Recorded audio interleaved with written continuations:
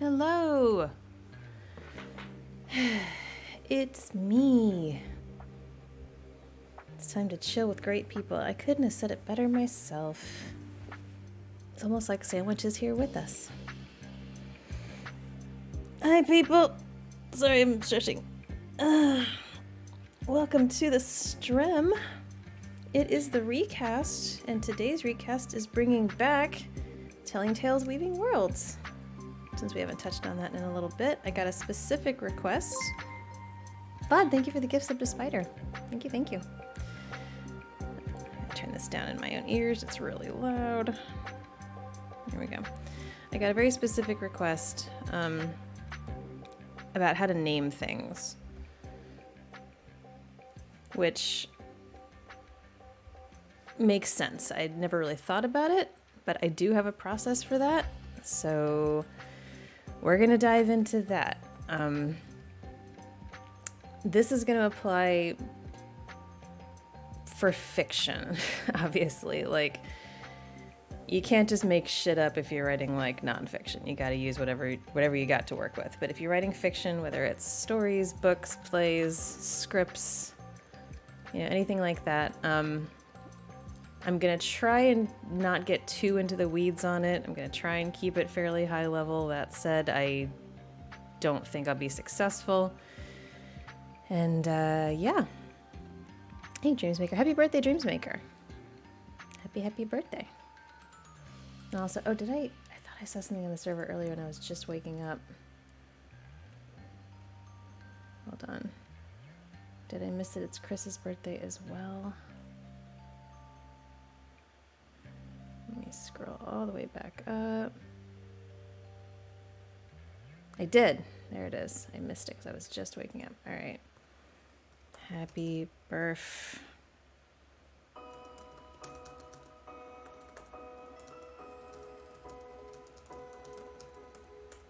Okay, there we go. Got carried away with stuff, but now we're good. Yes, Chris's birthday too. Happy 40. I hope it's a good decade for you.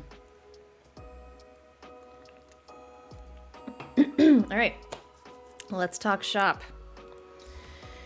So, naming things in your stories. Makeshift. Thank you for tossing a coin to your Witcher. Am I a Witcher? That could be fun. Once the PR swings around and makes it a popular thing to be. Thank you. 37 months, wow. From the start. All right, so naming things. Let's start by talking about the world building side of it, because I think that factors into it a lot. If you're the sort of storyteller who builds a big world, around your stories, which, I do, but you're also the sort of storyteller that likes to, if not craft a whole language like Tolkien did, at the very least, craft the suggestion of other languages in your worlds. So, you've got multiple nations, maybe they speak multiple languages, and you want that to come through in your naming conventions. That is where you start, because you have to first craft the rules of those languages, and then you have to stick to them. And this is not a light task. This is actually very, very challenging. If you want to not invent whole languages out of whole cloth, but at the very least imply that they exist, you still have to build the structure of those languages. You still have to build rules around them. You'll find a lot in sci-fi and fantasy that people do this by throwing a lot of apostrophes into words. I hate that. I really, really hate that.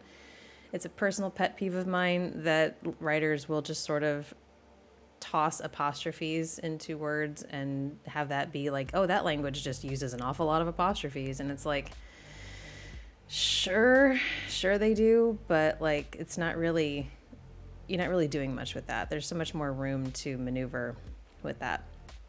So, and you don't need a huge set of rules. You just sort of need to establish a few things. Like if you're, I'll try to give a really good example with actual language. Okay, so like in Welsh, Old Welsh would have like, if you were somebody ap something, then that meant son of something. So if you were like, something ap Rosser, then that was the son of Rosser, So if you have a convention like that where you want to be like, okay, well, these people's names work this way because they are son of, or because they are from a house, or because they, grew up in a certain area or something like that, that's fine. Just establish what that convention is and then stick to it. Make that a rule that does not get broken in that language, if that makes sense. Because this is your world. You can build it however you want, but you don't want to break your own rules. Like, once you've established that, that's your convention. And people like that sort of thing. A similar, not exactly the same, but similar thing is how in Game of Thrones, depending on where you are born, if you're a bastard, your bastard name reflects where you are born. So in the north, it's snow. In the deserts, it's sand. On the Iron Isles, is that what's called? It's pike. Things like that. So having that, I like that as a little nice touch as a naming convention, that bastards have a particular name. It's not the name of their parents. It is their own name. And it is based entirely on geography. It is just, if you meet somebody named Snow, they are a bastard from the north. And that is a convention that pervades the books. Jojo, hello. So I really like that about stuff like that. If you make a rule, make it a rule that goes through. Like, the through line has to be there. Otherwise, you're leaving your readers adrift, and we will get to that.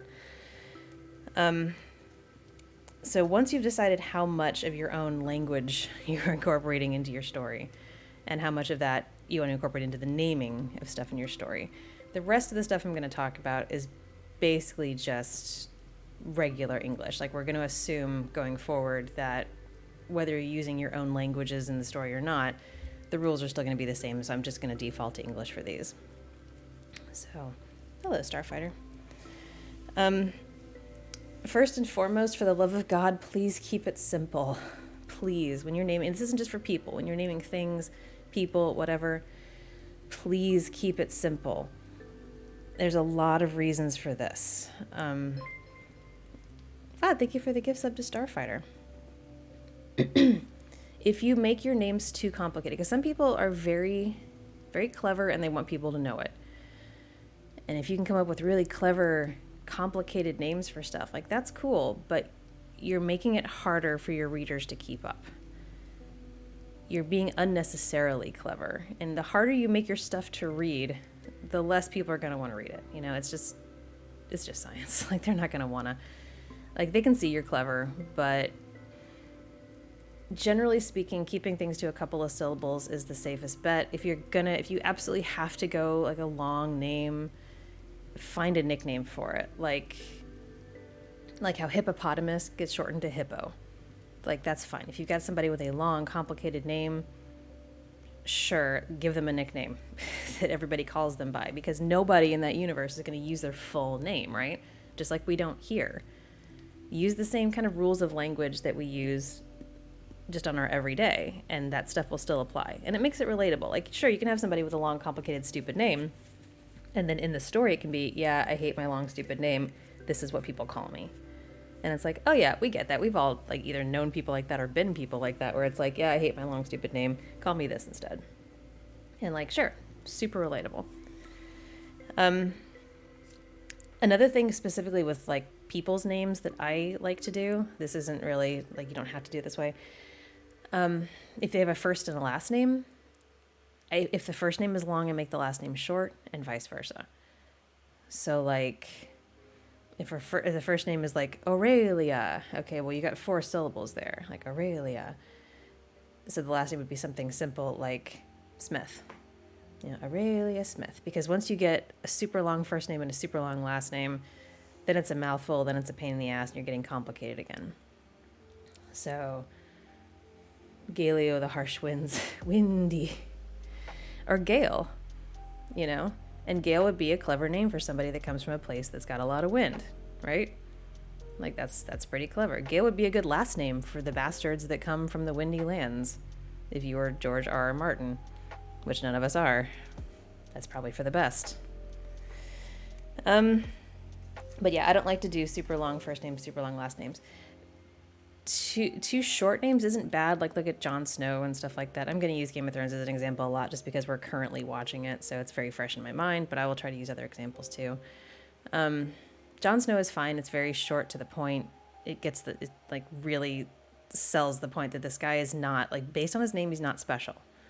And that's the point of Jon Snow. Like, he's a bastard. You get that from his last name. Jon is an incredibly simple, unassuming first name. Everything about that name screams this guy is not special, which is then why it's fun when it turns out that he is special to turn that on its head. You know what I mean? So,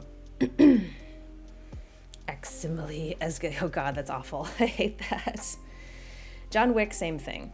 John Wick is another case of very simple name, doesn't sound like anything special, and then the more you learn about this guy, the more you find out, holy shit. And it's like the power isn't in the name, it's in the person. And that's a fun inversion of the idea that names are where the power is, because you get a lot of stories where these big important names, these big important people, and it's like, okay, you kind of expect that. But John is a simple name. Jack is a simple name. You know, these are very just low-key, simple things that you can then build great things with. Now, it's not anymore, it's not even really an inversion of the trope because it's happened so often that it's, you know, it's not unexpected when somebody with a simple name turns out to be really cool. But it's still, to me, it's still something that's fun to play with, I guess. Anakin Skywalker, born on an airship.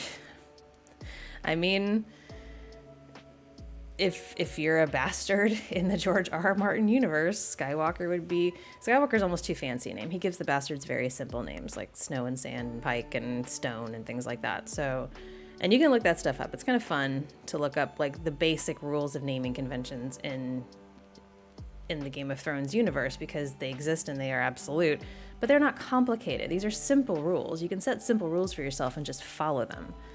And then people know. Once people understand what's going on, like once you establish that Snow is a bastard name in the North, people get it. That way they know every time they meet a character named Snow, that guy's a bastard from the North.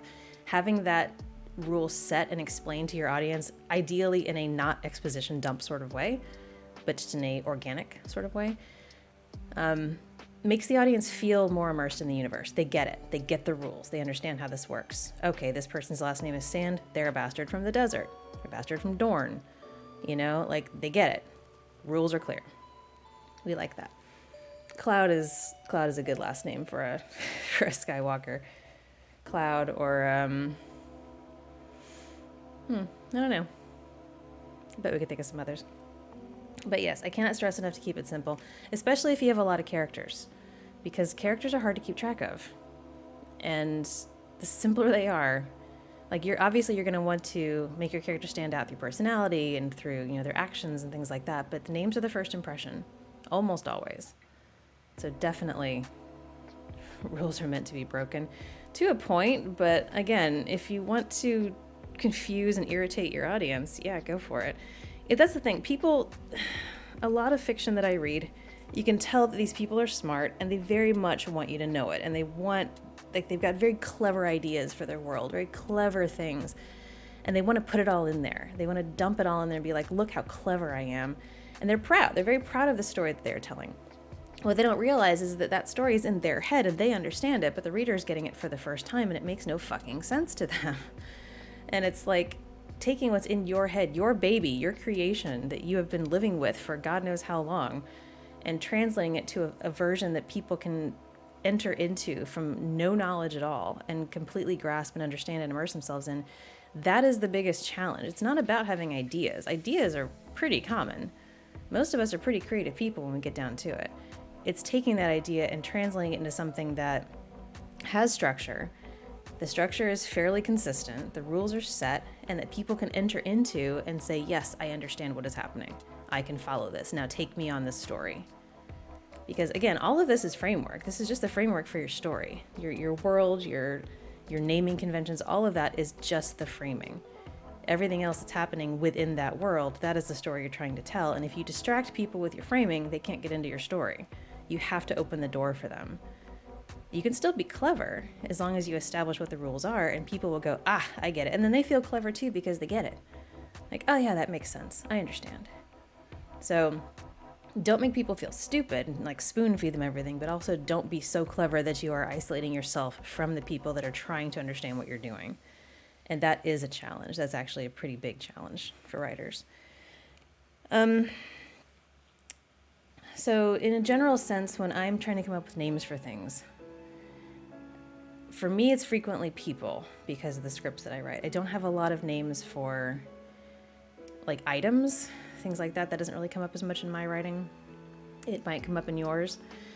Lupus and I talk about how like sometimes the most dangerous swords have the simplest names.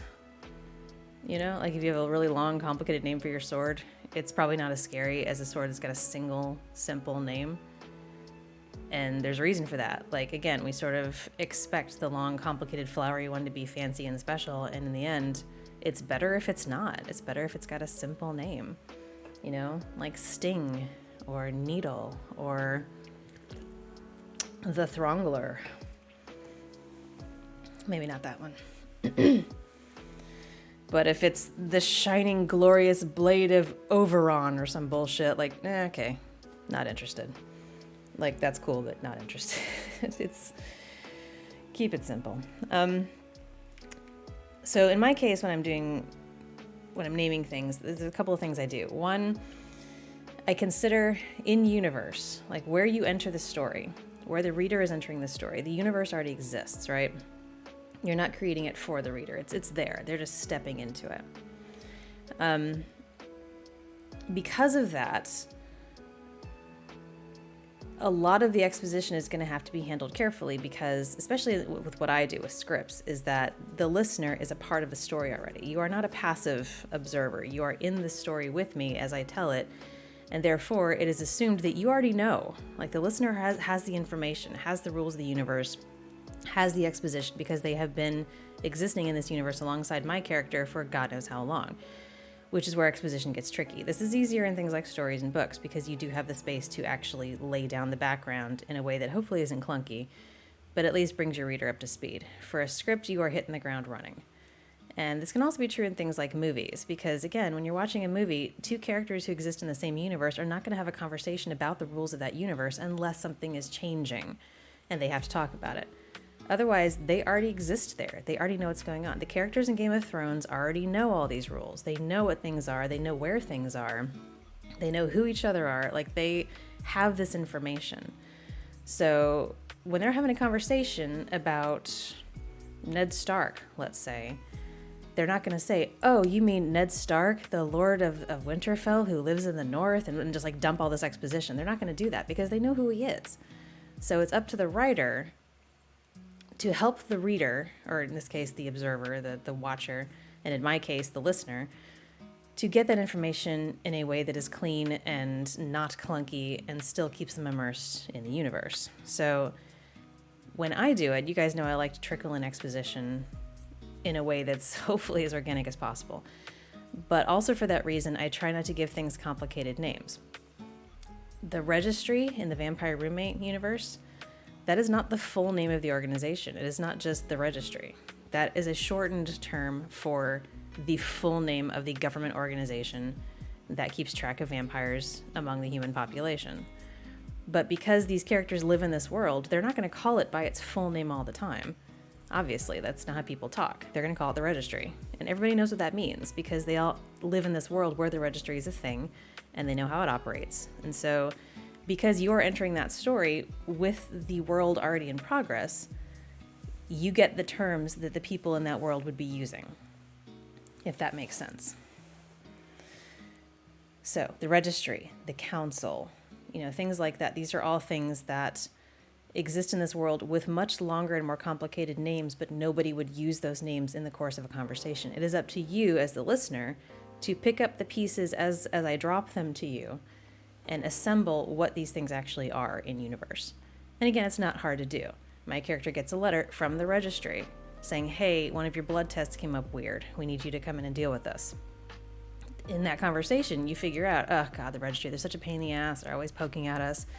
You get that information about what they do, how annoying they are, why everybody hates them, shit like that. But obviously, from that little exchange, you learn that it's a government organization. They have the power to bring people in for blood tests. they're apparently doing some sort of routine monitoring, and that nobody likes them. So just from that conversation about a letter, you figure out what this thing is in universe.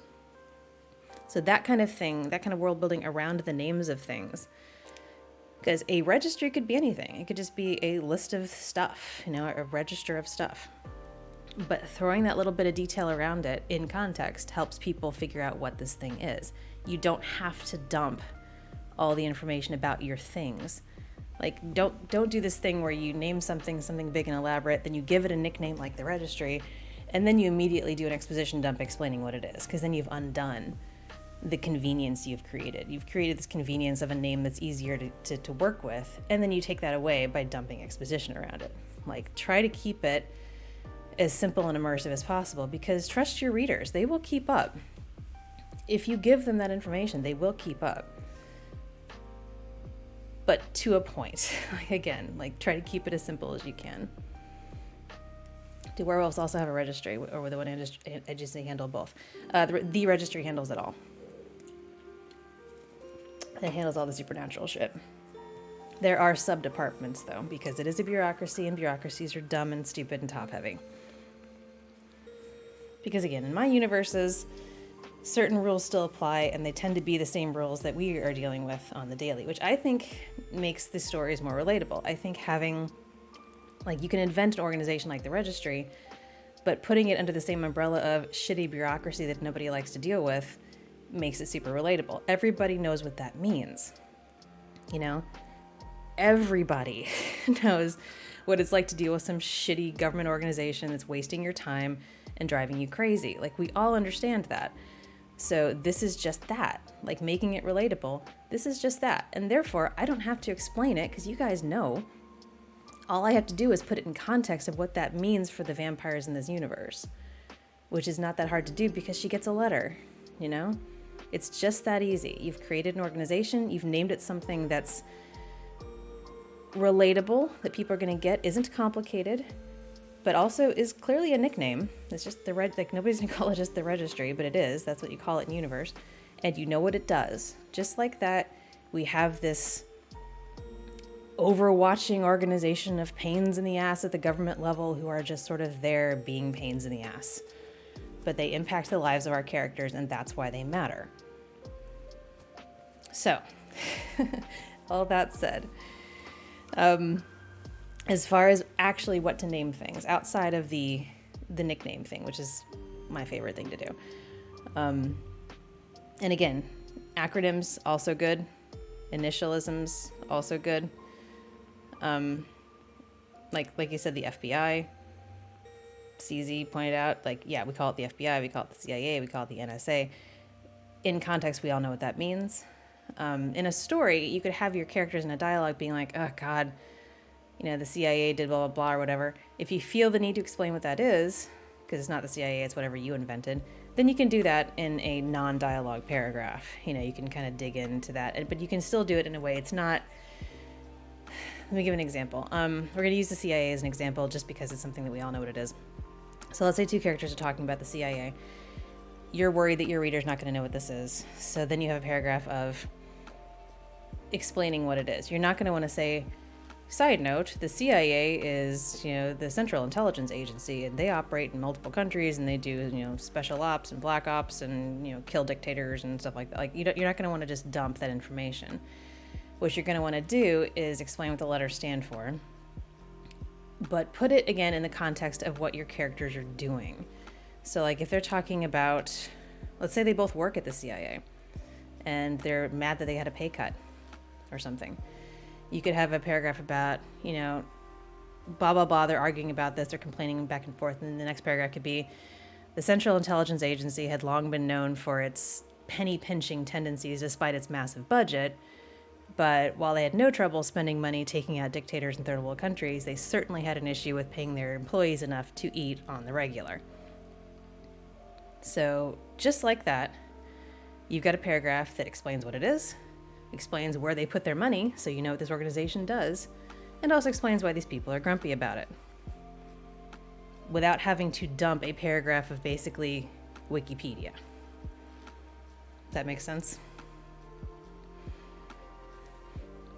And I hope I'm not going too fast. I know I get off on these things and I kind of spiral, but it's not just about naming things. It's also about how to explain what those names mean in context. And if you can contextualize it within the conversation that is happening in your story, rather than just a dump of just blank exposition, it flows a lot better. It's much more organic.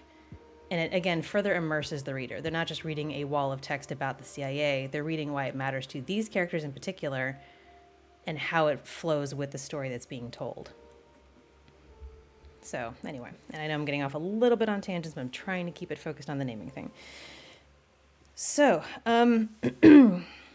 research. I do a lot of research when I name things. There are like name generators out there. You can Google it and find like elf name generator or tiefling name generator. Those things exist. They're fine. You can use them.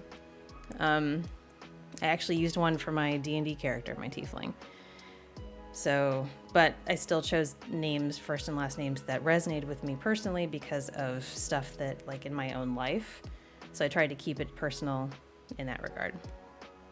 You can also have an agent show up saying yeah. And in that context, you could have, so like I'm picturing a scene playing out. So guy comes to door, person opens door, who are you? Oh, I'm Mr. Smith. Okay, Mr. Smith, who are you with? Oh, I'm with our friends over at the CIA.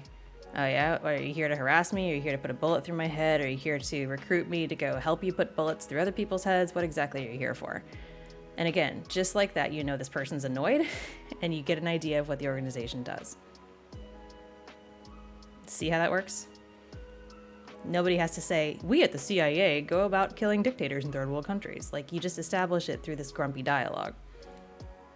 And again, this takes practice. This is something that isn't always easy, but it's a good way to paint a picture of your world without having to do those walls of text that bore the shit out of people. Sarcastic use of the organization's full name. You could do the thing where you pretend like it stands for something else.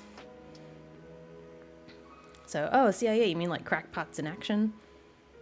No, not crackpots in action. Oh, you mean, just stuff like that. Just be shitty, but don't waste too much time on that because, you don't want to confuse your readers.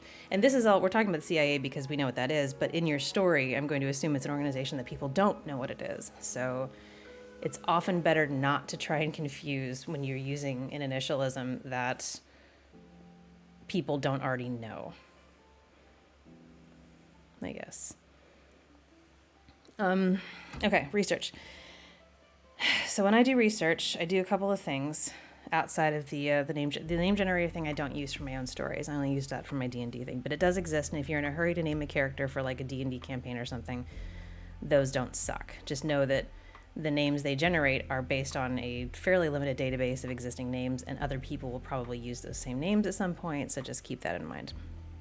For me, I do a couple of things. I do research into the nature of my character. So for example, I'm going to use, the mermaid in this one. My mermaid character's name is Lentia.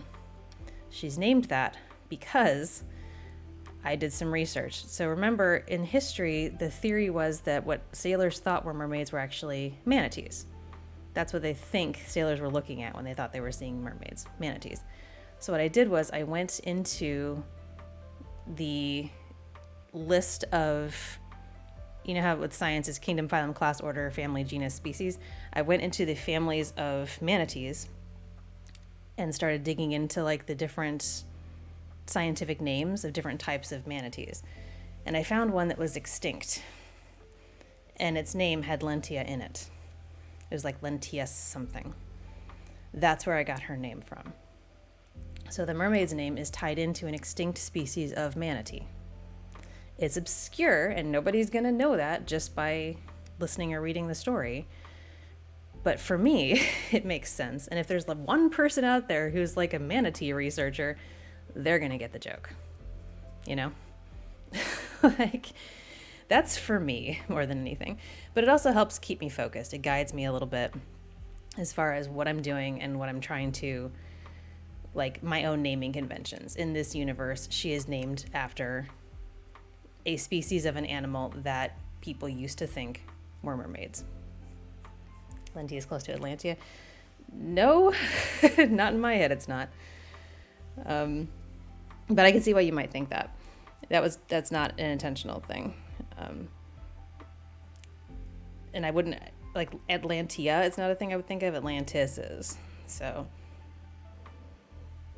when someone asks you the question of where you come up with the name, you have more to say than I made it up.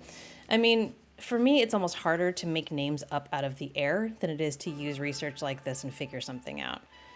Because the research guides me. I like to dig down into roots of things, roots of words. Another really good source is thesauruses. Go to a thesaurus and type in scary or dark or whatever word it is you're trying to use as a root. Get all the different words that mean that. You might stumble on one that you don't know or you haven't really seen used much before. And you can use that as the basis for the next thing you want to do. For people names, you can use baby name lists. If you want to get really creative, use baby name lists that are historically scaled. So like, what were the most popular baby names in 1893? And then like, okay, well, if you're doing historical fiction, like if you're doing a cowboy and Indian story, or not Indians, obviously that's not really a thing anymore, but like a cowboy story or a Red Dead type story, and you want to make sure that your characters are named things that people were named back then. Like you're not going to have a Brittany probably in 1895 Old West. Probably. I really don't know if Brittany was a common name back then, but Tiffany. Let's say Tiffany. Tiffany is not a name that would be common back then.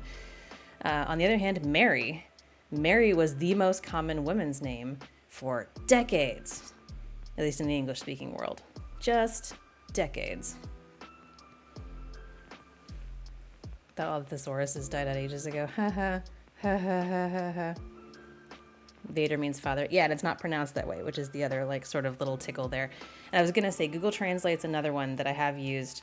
I'll put in like, I'm trying to think of an example where I've used it. Like the word for devil or angel or something, and then just check all these different languages and see what that makes out to be. And if it's something cool, it's like, oh, that could make a cool name. And then the people that speak that language would get it. It'd be like an in-joke. And the people that don't would just think it's a cool name. But again, yeah, that direction of either doing the scientific research, if it's like a creature, using Google Translate, if it's a person, going to the thesaurus, if you just need some good descriptions, baby name lists. These are all really great tools to use to craft names that would fit in your world. Now, if it's a fantasy world, obviously, that gets back to the rules of either the languages that you are incorporating, if you're developing your own language rules, or just trying to sound vaguely fantasy-ish, which I've got a trick for that I'm going to talk about in a second. Voldemort being roughly flight from death. Yeah, we'll get to J.K. Rowling. But,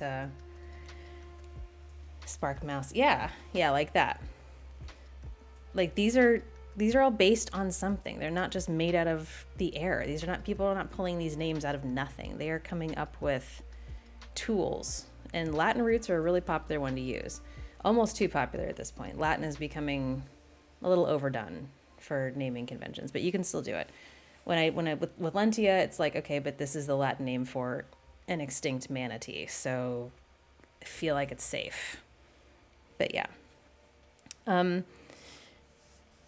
Something that some authors, especially George R.R. Martin, like to do, this is not a terrible idea either, is to swap one or two letters in an existing name.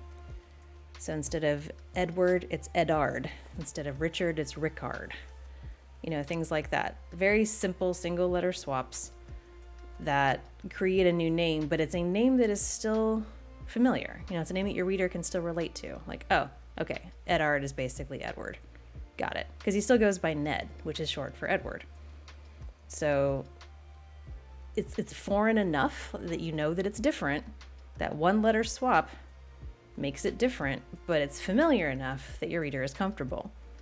They're comfortable with the difference.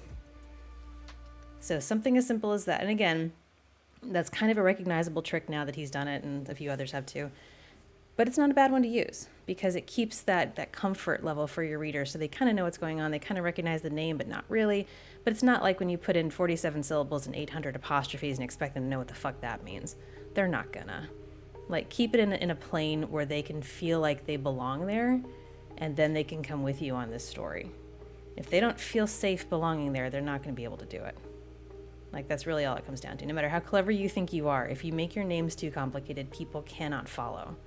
They just can't. It's too foreign. It's too different. They spend half the book trying to figure out, who is this? How many apostrophes did this guy have? And it's too much. They can't do it. Yeah, sir instead of sir. Same thing. And it sounds the same when it's spoken, right? But it's just different enough. And it's like, okay, this is a fantasy world. This is a little different. So that's a good tool too. I like that. Let's see what else we got. I'm trying not to go too fast. And if you guys have questions, definitely please stop me. I'm also trying to tie back into my own naming stuff a little bit. I haven't done that as much. So I will say that in my case, for some characters, it is better not to use names. The vampire roommate does not have a name, and she probably never will. Because in her case, it is better, the story is better told without that. And for the first year or so that story existed, I got a lot of questions from people asking what her name was. And I would just say, what do you think her name is? You know, it doesn't matter. Her name doesn't matter for the purposes of the story. In other stories, like the Elf Bandit or the Post-Apocalyptic Scavenger, those characters are meeting the listener for the first time, so they have to introduce themselves. The Vampire Roommate story, these characters already know each other, so they do not need to introduce themselves. If I were to ever write a story or novel based on the Vampire Roommate, I am still on the fence about whether I would even name her then. I might not need to. There might be ways to work around that. It really depends. And the listener doesn't have a name in that story either. Again, because they already know each other. And when she is speaking to him, she's not going to use his name because that's not how people talk. We don't use each other's names when we speak directly to each other, usually. It's just, hey, did you see this thing? Or, hey, what do you want for dinner?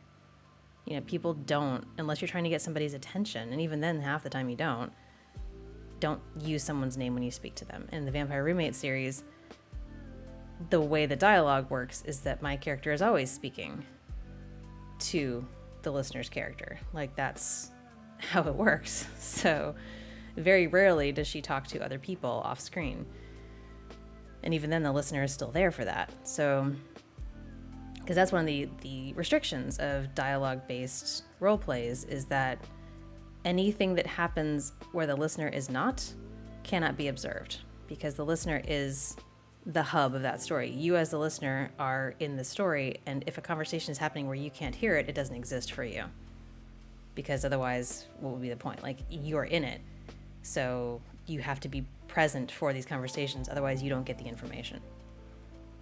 Which is challenging. Trust me, it's very challenging. Sweetness, goober, listener. Yeah, exactly. Sweetness and goober. Another fun thing to do is to play with onomatopoeia a little bit. And if you've forgotten your 6th grade English class, onomatopoeia is when a word kind of sounds like the thing that it is. So, like pop. Pop sounds like a pop. Pop. Like, that's onomatopoeia. Pretty simple. You don't have to go too hard into it, too on the nose with it, but it can be fun to sort of name things in a way that flow with what you're trying to convey. So if you're talking about, let's go back to the name Aurelia. When you hear the name Aurelia, you probably think of a princess or a noblewoman, you know, somebody who's well-dressed, probably attractive. She's Aurelia. You wouldn't use that name on like a 105-year-old crone who lives on the streets.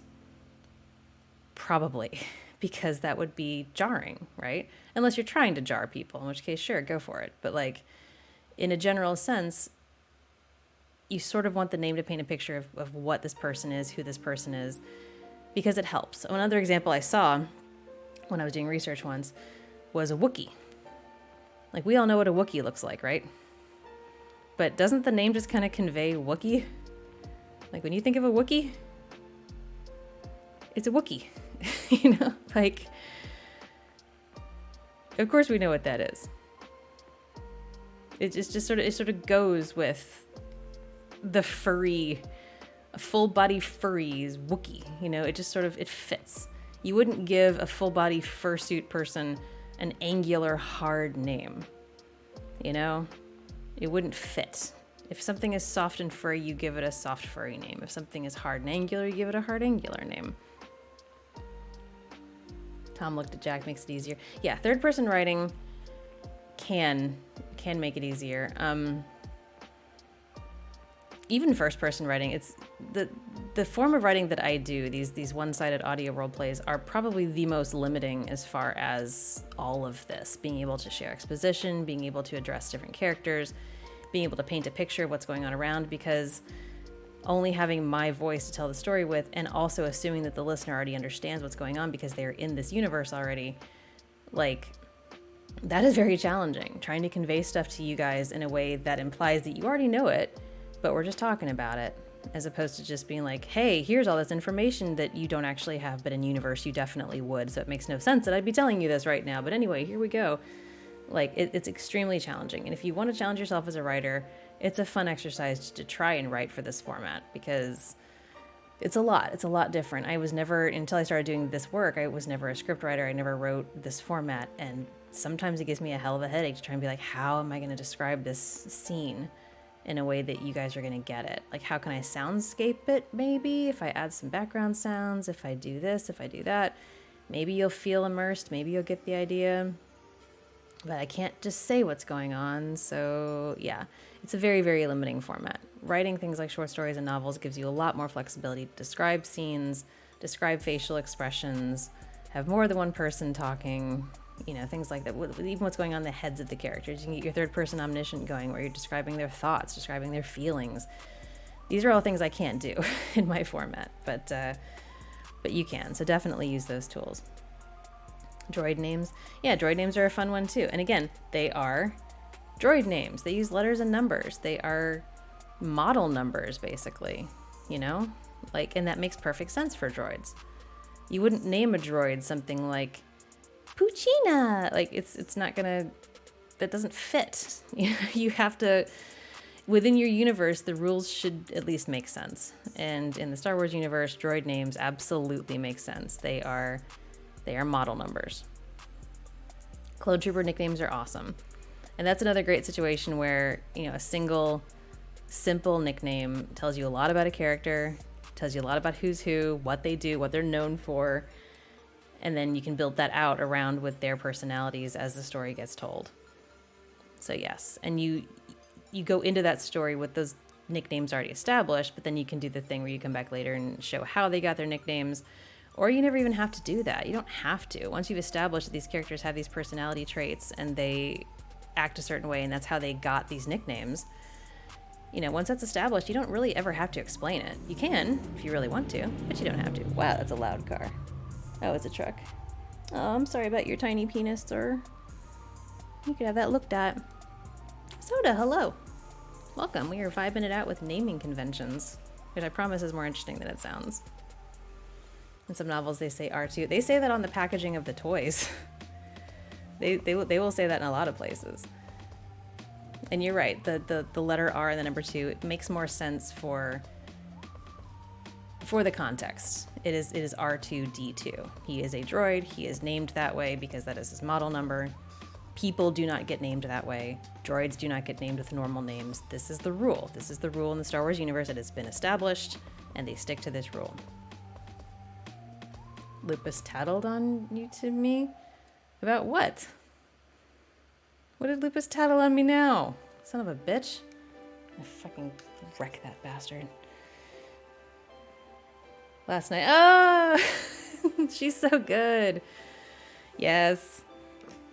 Yes, that was so good. I was so excited. I couldn't wait. I knew it was coming. Couldn't wait. I'm very, very excited. Yeah, you did great. Very, very well done. You guys, if you don't know, Soda is in Fractured Thrones and has a new character, and she's amazing. So, yeah. Yeah, we definitely enjoyed it. Not what I expected. Did not expect fish, you know? Wasn't really expecting the fish. Pleasantly surprised. I once RP'd a clone trooper deserter whose number ended in 9R, so he was Niner. See, that's clever. I like that. I like that a lot. And sort of like with Finn. FN. Okay, I'll call you Finn. Sure, I'll call you Finn. And just like that, the guy's got a personality. There's so much personality in names. If you give somebody a name, like on the fly like that, suddenly you've built out half this guy's character just with the name Finn. You know, it's simple, it's to the point. You misled people, told them it was an Imperial. Wow, that would be a hell of a misdirect. Yeah, I could see why people would be like, what the fuck? My favorite scenes was Fives explaining his name to one of the medical... Yes, exactly, like Fives. And again, the clone troopers, I think, are a great example of... They have names, those names don't matter. Their nicknames are what matter because that's where their personality lies, and then you build your story around that. And you just keep it simple. It doesn't have to be complicated. Again, none of these guys have those 8-syllable names with 4 apostrophes in them. Don't need it. Not necessary. You're trying to tell a story, and people can get very, like authors especially, can get very hung up on the names of things. Because again, they're very proud of themselves. They've come up with clever names. They want you to see their clever names. They will describe things absolutely ad nauseum so you can fully appreciate the clever names. And in doing that, they completely stop down the plot. You know, you have a story to tell. Like ultimately, the point of all of this is to tell your story. This is window dressing. This is the framing. Within all of this, the story takes place. The names of the characters are not the point. The story is the point. The names of the characters is how you get there. And if you stop everything down because you're so up your own ass about how great your naming stuff is, you've lost your readers. It's really that simple. Yeah, exactly. All of them were descriptors of their jobs. Bingo. Like, and that kind of thing, you know exactly who these people are. You're just like, oh yeah, I get it. I get this guy. Next, like, now what's this guy gonna do? Because it's relatable. We understand things like that. It's simple. And it's still obviously different from what we are used to. Just like we were talking about with Game of Thrones. Swapping out a single letter from Edward to Eddard makes a completely different name that does not exist in our universe. Nobody here is named Eddard. That's not a name. But Edward we know. And Ned we know. Because Ned is short for Edward. So that one letter swap tells us A, this is a foreign fantasy land, but B, I can relate to it. I can fit myself into this space and make sense of this story. This guy is a one-to-one allegory for somebody named Edward, and I can follow that. And that's all it takes. It's very, very simple, but it's also just foreign enough that you've created something different. And that's what the people are there for. That's the escapism side. This isn't real, this isn't my actual world, but I can vibe here, I can be comfortable here. And it is a fine line to walk. You don't want to make it so simple and so inviting that people are just like, well, this is just like normal life, I'm not into this. But you also don't want to make it so complicated that you're driving people away because there's like 500 characters and they all have 47 syllables in their names and half of them sound the same. And it's like, yeah, no, not there for it. Can't follow this. And also be very, very careful if you're changing the names of characters partway through a story, because that is a pretty common plot device where somebody gets adopted or gets brought into a new family or renounces their old name or something like that. You better handle that carefully. Like, build your story up to that, make it extremely clear, and then going forward, have a few throwbacks, have a few references back to remind people who this person used to be. Otherwise, it will be jarring. Because remember, people don't sit and read books entirely in like one sitting, usually. They'll read a chapter at a time, they'll put it away for a few days, come back to it. And you don't want people to come back to it and go, oh God, who is this again? And have to like flip back and go, oh right, it's that guy. Like, try to keep the through line steady to guide your reader. Again, don't insult them with oversimplicity, but guide them. Burrito, thank you so much for subscribing. 27 months, thank you, thank you. Nikki had an NPC for Dragon's Wings. It's just a Vant get her own real name. Yeah, Vant is simple. Vant is a nice, simple, clean name. And again, in stories, the name doesn't always have to be unique. Like we talked about how in Game of Thrones, all the bastards have last names that are geographically based, which is very clear, very simple. Snow, sand, stone, wherever you're from, waters, that's your bastard name. Very clear, very established rule. Everybody can understand that. Having people named for like the clones with the jobs or named for geographical locations, again, that helps your reader understand, okay, yeah, this person's from this place and they are called this. Sure. Like, that's understand. We get that. We can get behind that. It's sort of like in old war movies when you always got the guy named Brooklyn. Gosh, I wonder where he's from. He's going to get his head blown off because he's the one sitting around the fire talking about how he can't wait to get back to his girlfriend and how they're going to get married and have like 6 babies. But, you know, his name is Brooklyn because he's from Brooklyn. It's simple. And that's, again, very clear. Like, you know this guy. The minute you watch a war movie with a guy named Brooklyn, you already got half your information. Like, you know him. He's relatable. Servant. Ah, I like that. That's very clever. And a servant who's a knight, look at that. That's a fun inversion of the trope. That's the kind of thing we were talking about earlier with the very simple names like Jon Snow that could not be more simple, being assigned to characters that have a lot more to do, that are very special. Special characters with simple names allow you to focus on what the character does and not their name. John Wick was the other example we used. Such a simple, clean name. Sounds like a nobody. John Wick, who cares? John Wick will kill you. A lot. He'll kill you so many times. He'll bring you back and kill you again. Because it's not about the name. The name, any more complicated name for John Wick would be an obstacle. He doesn't need it. That character does not need the complication. I hope you guys are understanding this. I really do. I know I'm going off on tangents, but yeah. Thought it was where they were headed. You mean in Game of Thrones? In Game of Thrones, the bastard names are all where they're from. So like Dorne, the bastard name is Sand. In the north, it's Snow. In the Riverlands, it's Waters. The Iron Isles, it's Pike.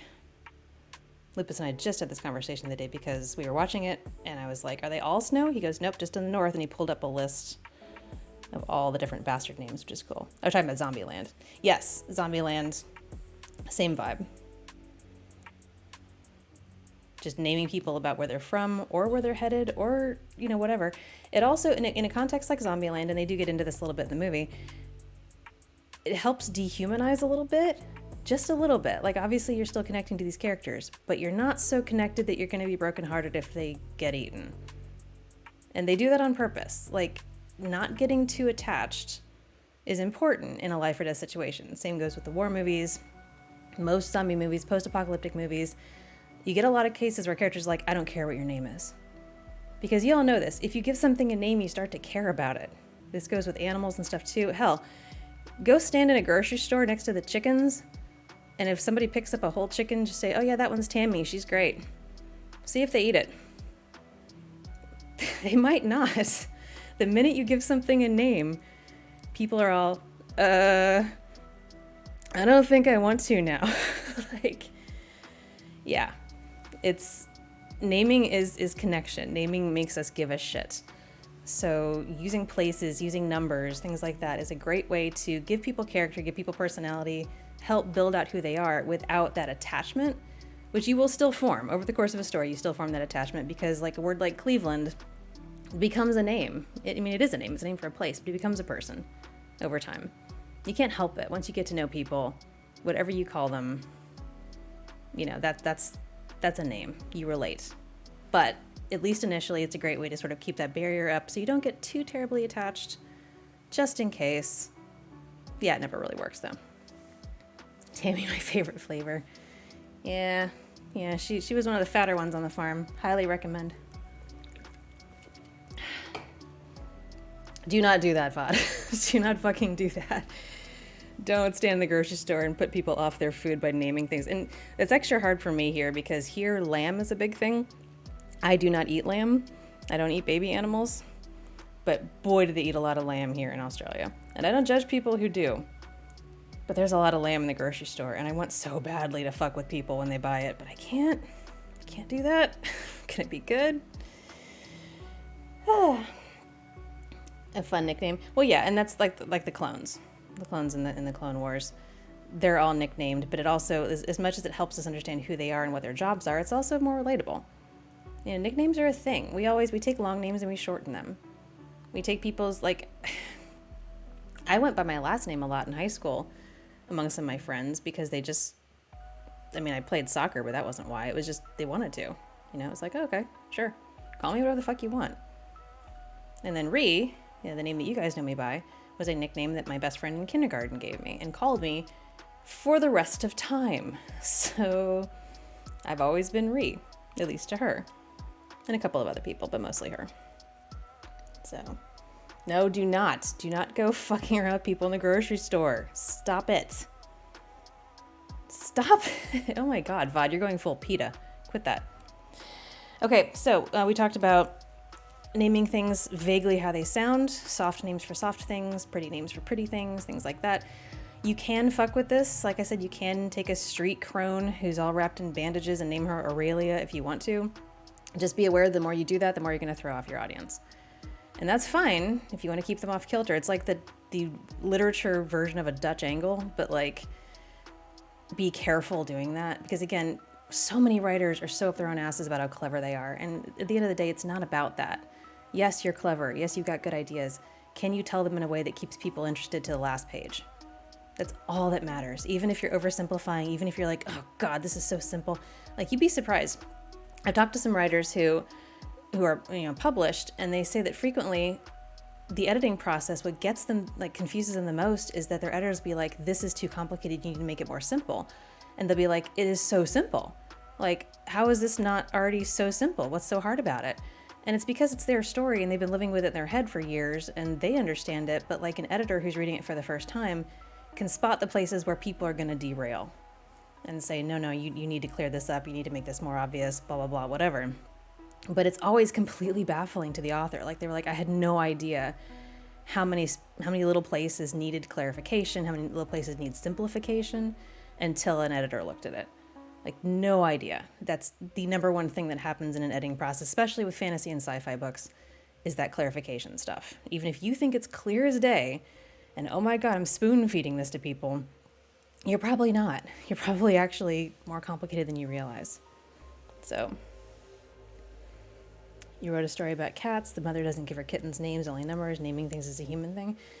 That's one way to do it. You also could do it, so you know the horrible musical Cats, the Andrew Lloyd Webber musical? I don't recommend it. But that musical is based on a book. It's a T.S. Eliot book, I think, a book of poetry, which already right there is a red flag. Do not try to adapt a book of poetry to a Broadway musical. It's not going to fit. But the whole point of the Cats universe in those poems is that cats actually have 3 names. They have the name the humans give them, they have the name they call each other, and then they have a secret name that only they know. Which, wow, is that complicated? But it also, again, paints a picture of the universe. Cats are mysterious, asshole-ish type creatures. They do whatever the fuck they want. They domesticated themselves. This is true. They domesticated themselves because they saw us and went, yeah, that thing will give me food. So they domesticated themselves. They just kind of wandered over and were like, all right, let's make a deal. I'll be your pet if you feed me. And that's kind of how it started. And they still have that attitude. So the thought of cats having, like, sure, you can call me whatever the hell you want, Fluffy, but like, my actual name is Sir Wiggletoes, and my secret name nobody gets to know. Like, that sounds like a cat thing, It sounds very cat-like. So it doesn't surprise me at all. And I like that. Again, it adds personality. It adds personality to the population of cats to be like, oh yeah, of course they're like that. That makes perfect sense. How the hell did it such a bad musical run? Because the music itself didn't suck. The music itself was pretty good. And it was a weird, dark time for musicals. There's a lot I could say about that, which I'm not going to. My parents were super into Andrew Lloyd Webber a lot, so I grew up hearing a lot of that. But yeah, definitely a conversation for another time. But that's a fun one. If you just want to look at the names of the cats in Cats, like, look at the cast. There's some really interesting names, like the Rum Tum Tugger and Old Deuteronomy, which I love, because Deuteronomy is one of the first books of the Bible, and it sounds like such a great name for an old creature. Old Deuteronomy. Like, that cat's been alive for 500 years. You just know it. Like, that's a great name. And that word already existed. That's a book of the Bible. And so to think of using it that way to name a creature, that's creative to me. That's interesting. I like it. Skimbleshanks. Yeah, that's another good one. Skimbleshanks makes you think of like a skinny, awkward, all elbows and knees kind of cat, but maybe pretty agile. Jumps really good. Because it makes you think of nimble. So yeah, Cats is a fun one for naming, even if it's not the best story. Okay. All this to say, using these things in moderation. Obviously, your book is going to be written in, if you're an English speaker, native, you're going to write it in English. Even if you're incorporating other languages in your story, if you're world building to the point where you've got, Elvish or something in your story and you're inventing your own languages for these different places, your base story is still going to be in English, obviously, because your reader is going to be reading it in English. So use the strange shit in moderation, please. And we've kind of touched on this a few times, but genuinely, like, use it sparingly. Not only is it more effective if you use it sparingly because it stands out better as like a foreign, strange fantasy kind of vibe, but again, you don't lose your audience. You don't want people having to flip back into the book and be like, what the fuck did that word mean? Oh, it's this. So that, and also the consistency thing. We talked about that. If you're going to invent rules, if you're going to invent languages, have it be consistent. Use those rules across the board. You cannot, if you're going to do that, and that's a huge undertaking. Tolkien did it. Like, a lot of writers do this. You have to stick to it. You can't be like, well, this word means castle, so it's all going to be, blah, blah, castle, but I'm going to change it for this one. No, you can't, because then you're really fucked up. People are so confused. Whatever you've invented for your naming conventions, you stick to it. And like I said, I generally don't go the path of a whole ass new language. I will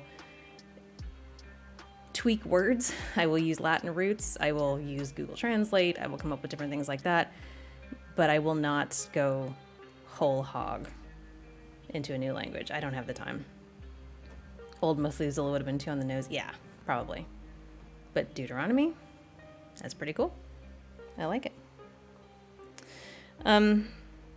Another thing that you should probably remember, if you're struggling to come up with a name for something, just put a placeholder there and keep writing. Do not let a name for something stop you down from continuing your story. This is really important. Especially, like, I do this too. I get hung up on the details, and then I'll just sit there and be like, oh, well, I need a good name here. And then I'll spend like an hour and a half trying to research a good name, and it has to be perfect, and I'm not going to walk away until it's done. And the story is just sitting there unfinished. Like, if you have to, just put a placeholder. Come back to it. You could do a find and replace later. Just write Bob, and then do a find and replace later for Bob. You don't want to waste valuable writing time on just these tiny, tiny details that they do matter. Don't get me wrong, they matter a lot, but it's not worth stopping down the story, especially if you're in a good flow. Use that flow. And yes, this is something that I think we're all pretty bad at. We're very detail-oriented people, and we want those details to be right before we move on, and that is very much to our detriment. So, okay. Let's talk a little bit about people names specifically. We talked a little bit about like making names sound like the description of people, which is a good start. We talked about nicknames that refer to places they're from or jobs they do, things like that. This is good. You can do this even without nicknames. You can do this with their main names if you really want to. A lot of authors will do a thing where, like, the more simple and blunt a name is, it's implied that that character is maybe lower class, maybe they're poor, maybe they're rough around the edges, things like that. Fancier names for fancier people. Totally acceptable. Not necessary, though. I mean, look at someone like, again, to refer back to Game of Thrones, look at, like, Ned Stark. Ned Stark was a very simple, ordinary guy, but he's also very powerful and very much up on things like following the rules and having honor and things like that. Like, he wasn't just a common peasant. He was important, and he had a very simple name. And in a way, his name really conveyed that. Stark is sort of it implies that it strips away all of the fancy shit. It's stark. It's lacking in ornamentation. It's lacking in that court polish. It's just there. It's straightforward. It's in your face. It's just right there. Nothing fancy about it. And that was very much his character. That was very much the whole family's character. So very good naming there. It really paints a picture without being too on the nose, because you do have to be careful about the too on the nose thing. If you name a character like, oh God, I'm trying to give you a good example. Like, if you literally use a word that could describe that character as that character, then you've kind of lost. So, like, instead of Ned Stark, if it was like Ned, oh God, Ned Honorbound or some bullshit, like, yeah, we get it. He's got a lot of honor. It's really his main focus, but it's too on the nose. Like, you've got to be careful about the too on the nose thing, because that's the other direction that you flow when you're, trying to get away from being too complicated and too fancy and too sneaky and, all that shit. You end up going the other way and being too on the nose. So use caution for that. if you had a character, for example, that was maybe a wide-eyed, innocent girl, and she sees the world through rose-colored glasses and everything's great to her, you probably wouldn't name her Rose because that's too on the nose. Maybe you either name her Rosemary because that's a little different and it's still a name, or you go to Google Translate and find other ways to say Rose. If the point of the story is for her to change in her rosy outlook to end up being changed, maybe that's a good path to take. So it's there, it's implied, it's subtle. You know where you're taking this character.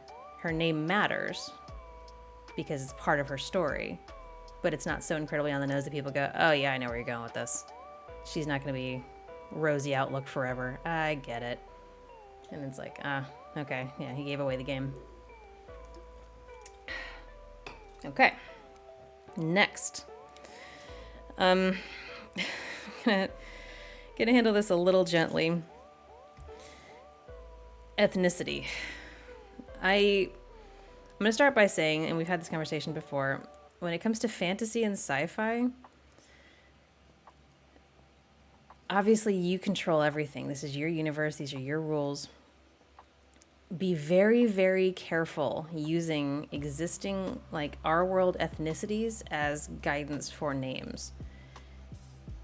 It's almost impossible not to. Coding is a thing. We exist in our universe, we exist in our framework, we experience different nationalities, different cultures, things like that within our framework. And then when we write fiction, those things are going to infuse what we write because we don't have any other frame of reference. This is our life. We write from our perspective. And even as we try to make it fantasy or whatever, there are still going to be aspects of our real world cultures that slip into the story because that's all we have to work with. We can't work with anything else. We can try to be creative and make something up entirely, but at the end of the day, it's just combinations of things that we've already experienced because we don't know any better. That's our life. That said, again, please be very careful when you are intentionally or not modeling cultures after existing ethnicities. I am firmly of the belief that just because you have a fantasy or sci-fi story does not mean it has to have slavery in it, for example. I think it's dumb. I realize that the implication is, oh, well, but humans and human-type creatures everywhere would subjugate each other if given the chance.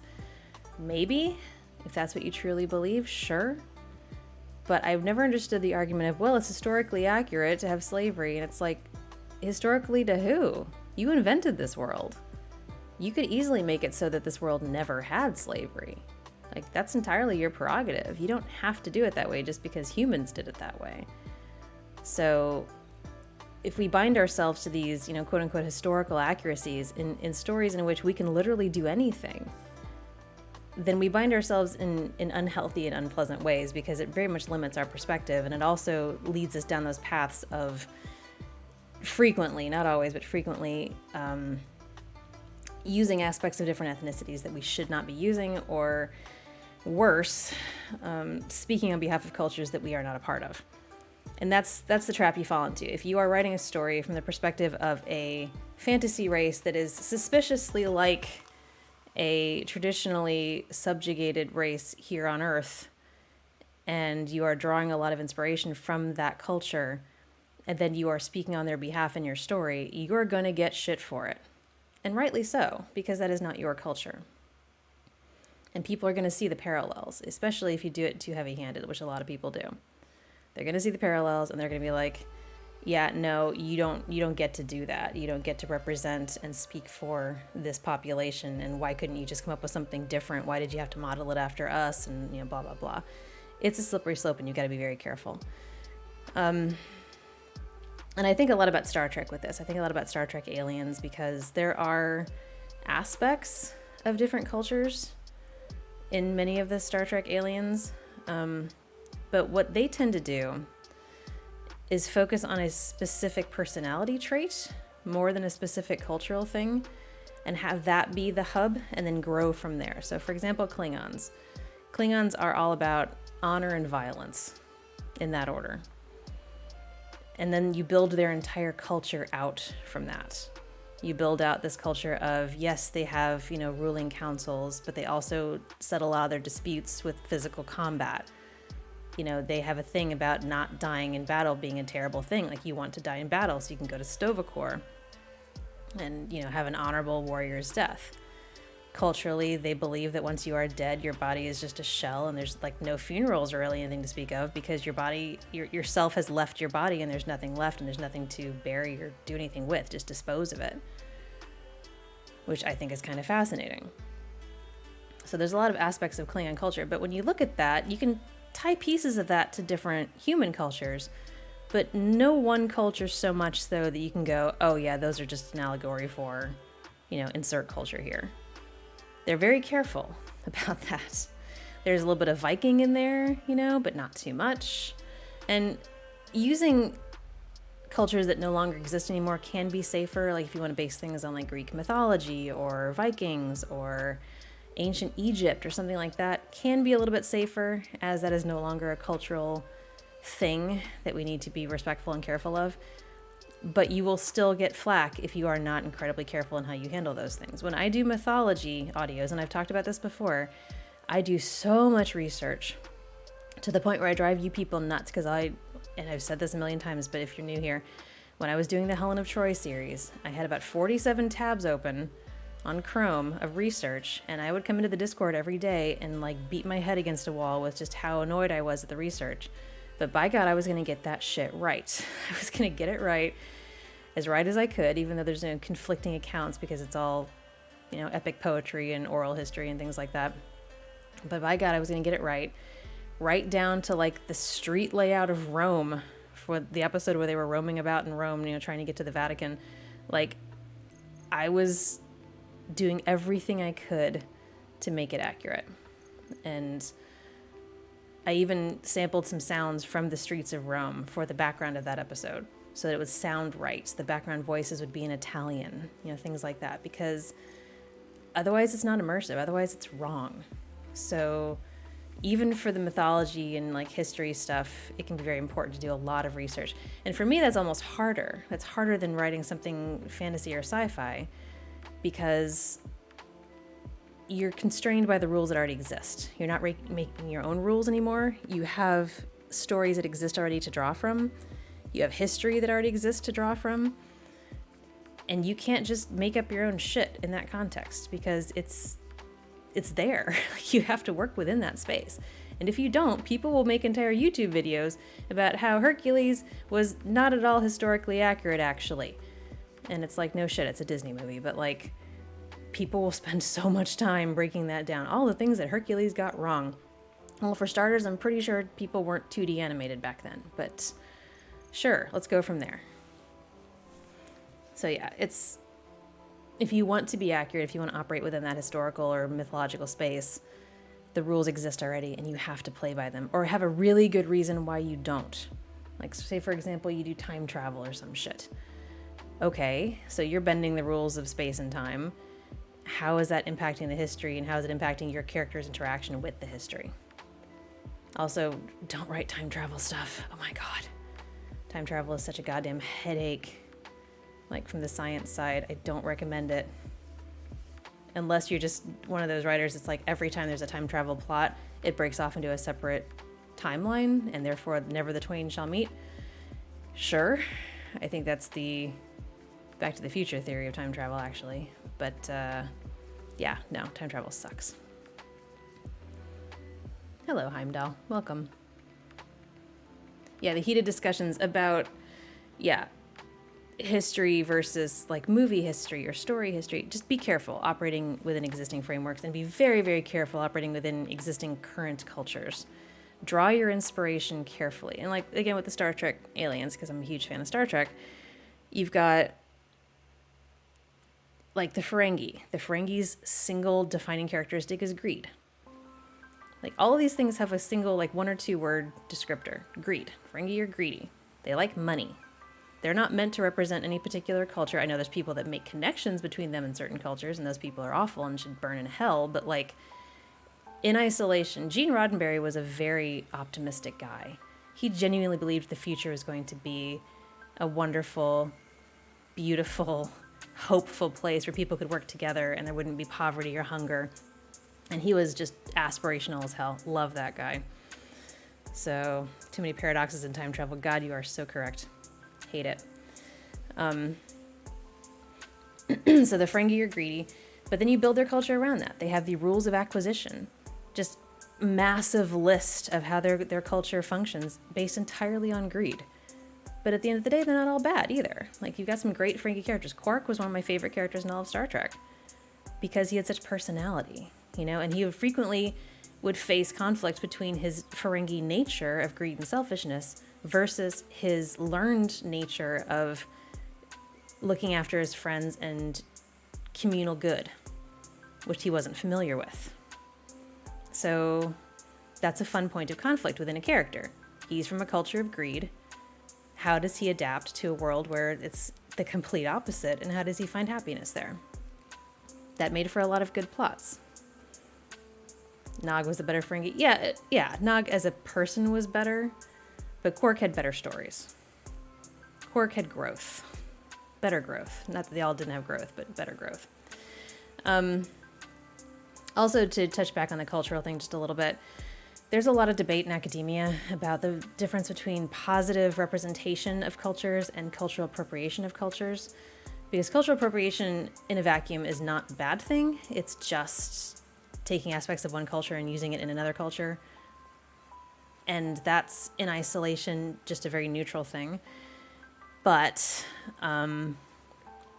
generally speaking, if you are part of a colonizing culture, which most of us here are, and you are appropriating aspects of cultures that have been traditionally subjugated, that's where cultural appropriation becomes a bad thing. That's where it becomes something that people get mad about.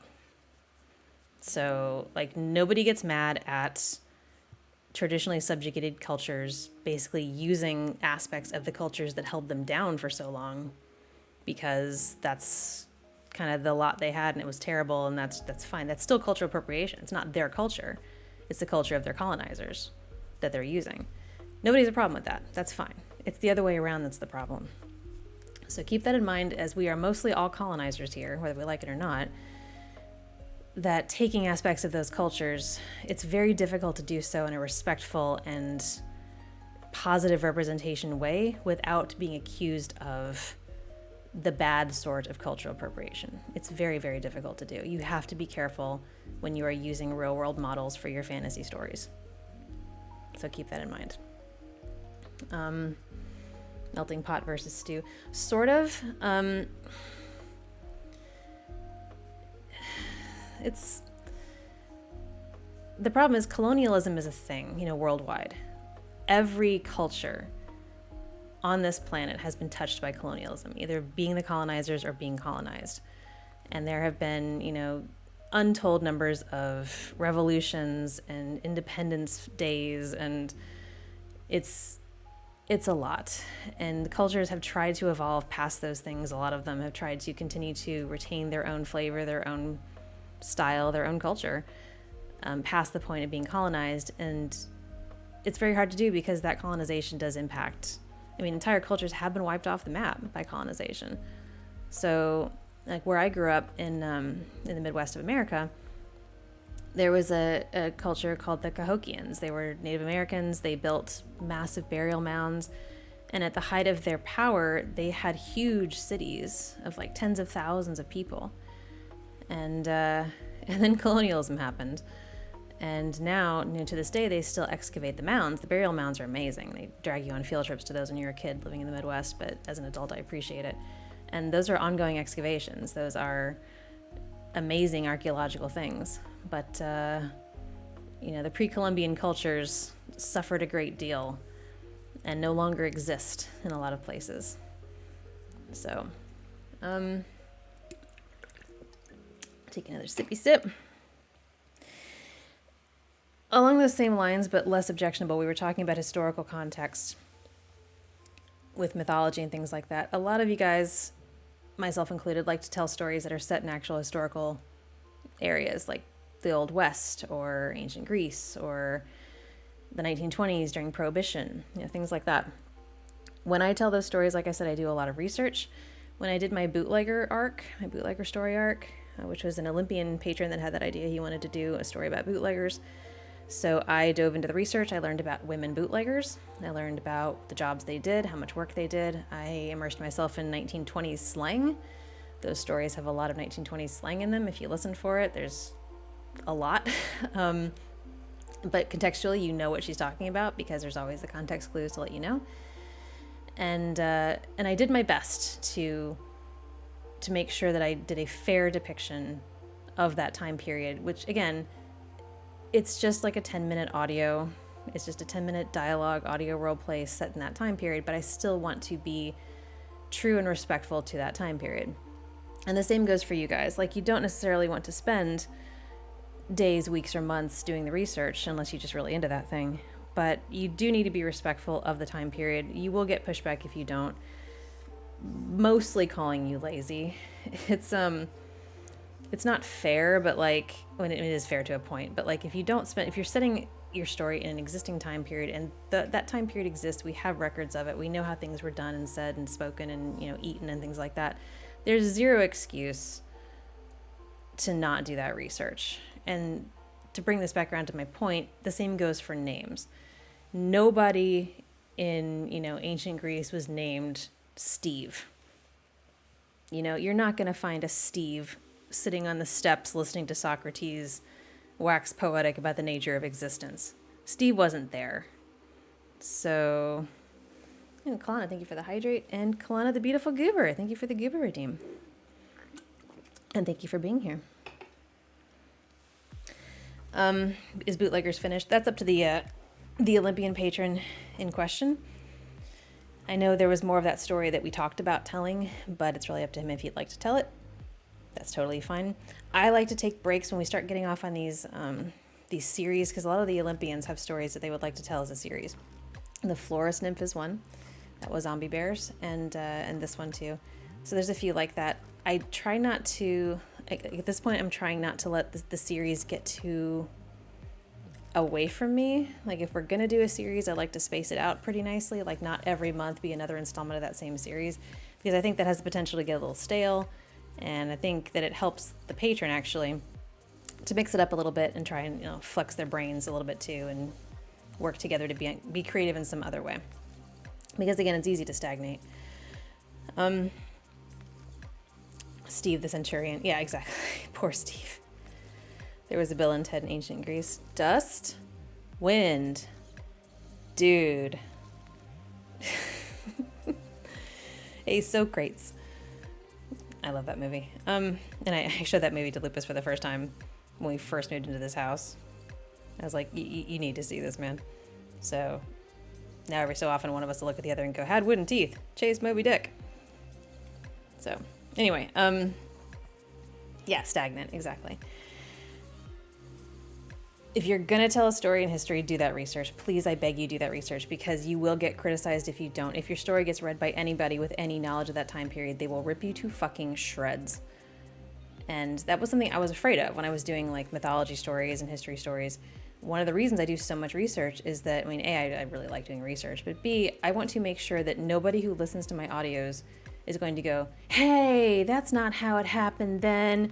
I happen to be a professor of history at blah, blah, blah university, and that's my specialty, and you ruined it for me. And it's like, I don't ever want it to be that bad. Like, if there are changes that I make, I try to justify them in context. And again, I try not to go too deep in because I can get lost in the weeds on that. Oh my God, drinking buddy. Bruh, you good? What in the hell?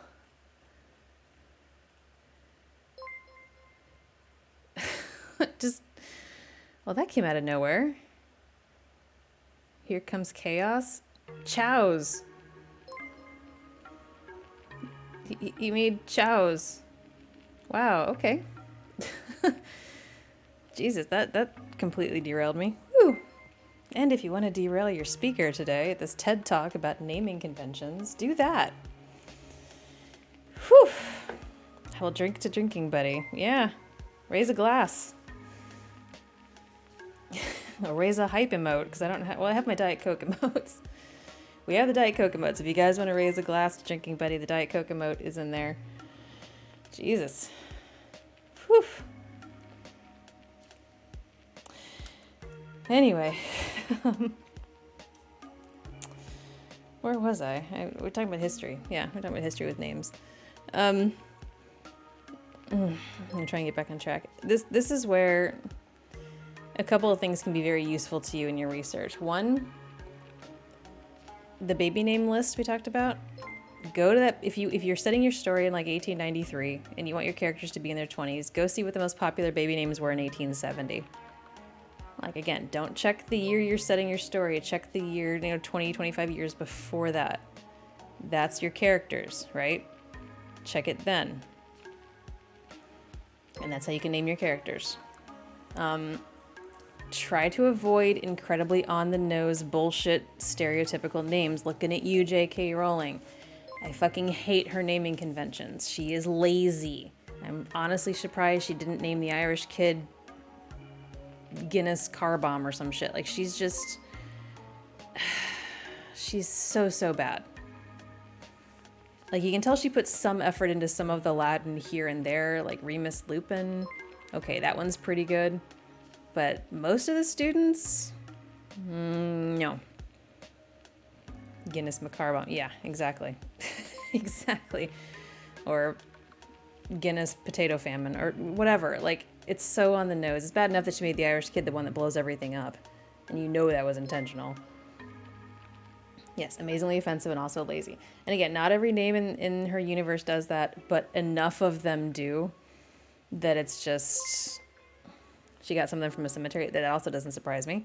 And honestly, a cemetery is not a bad place to get names if you are setting something in a historical era and you want to be like, okay, I want these people to be named like people did in the 1920s.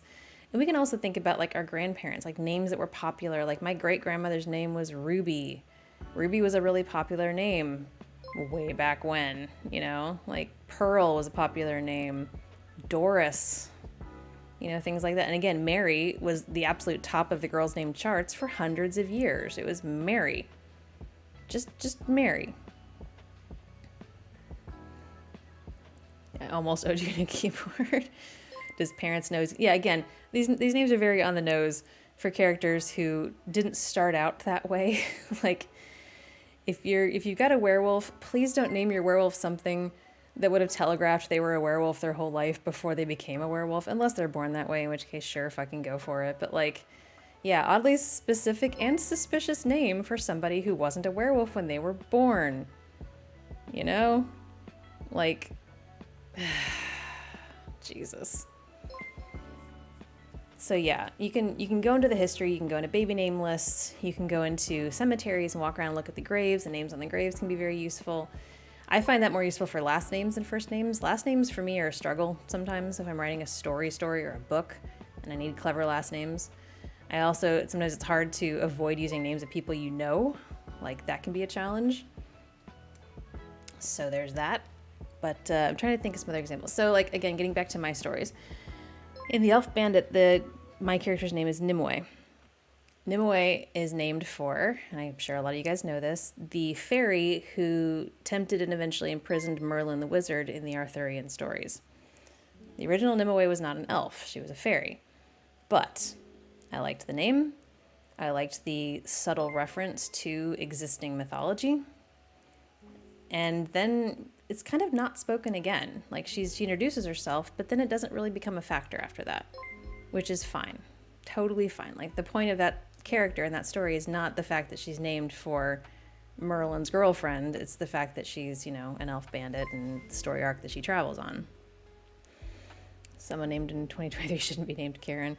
You'd hope not, but there's still people out there with like, well, this is a family name.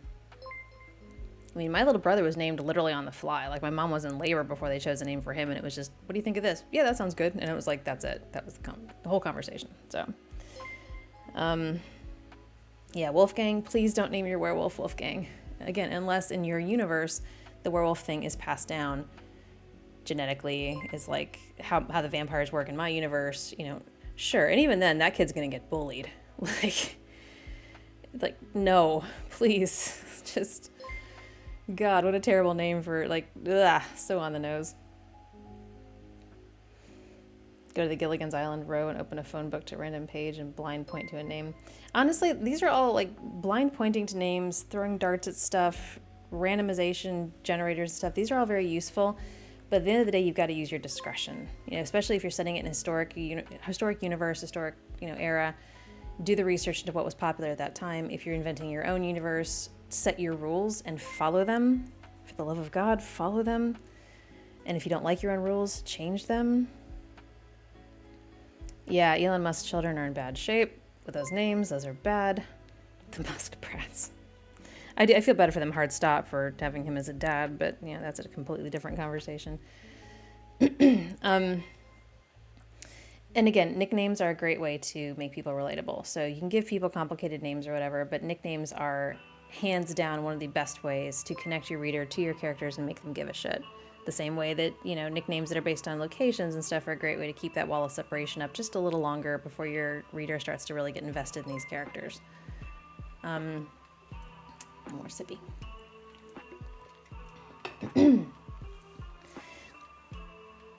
Ah! I just swallowed a bug. Oh my god. A little tiny gnat just flew into my mouth. Well, that's fun. Blah! Stretch, thank you.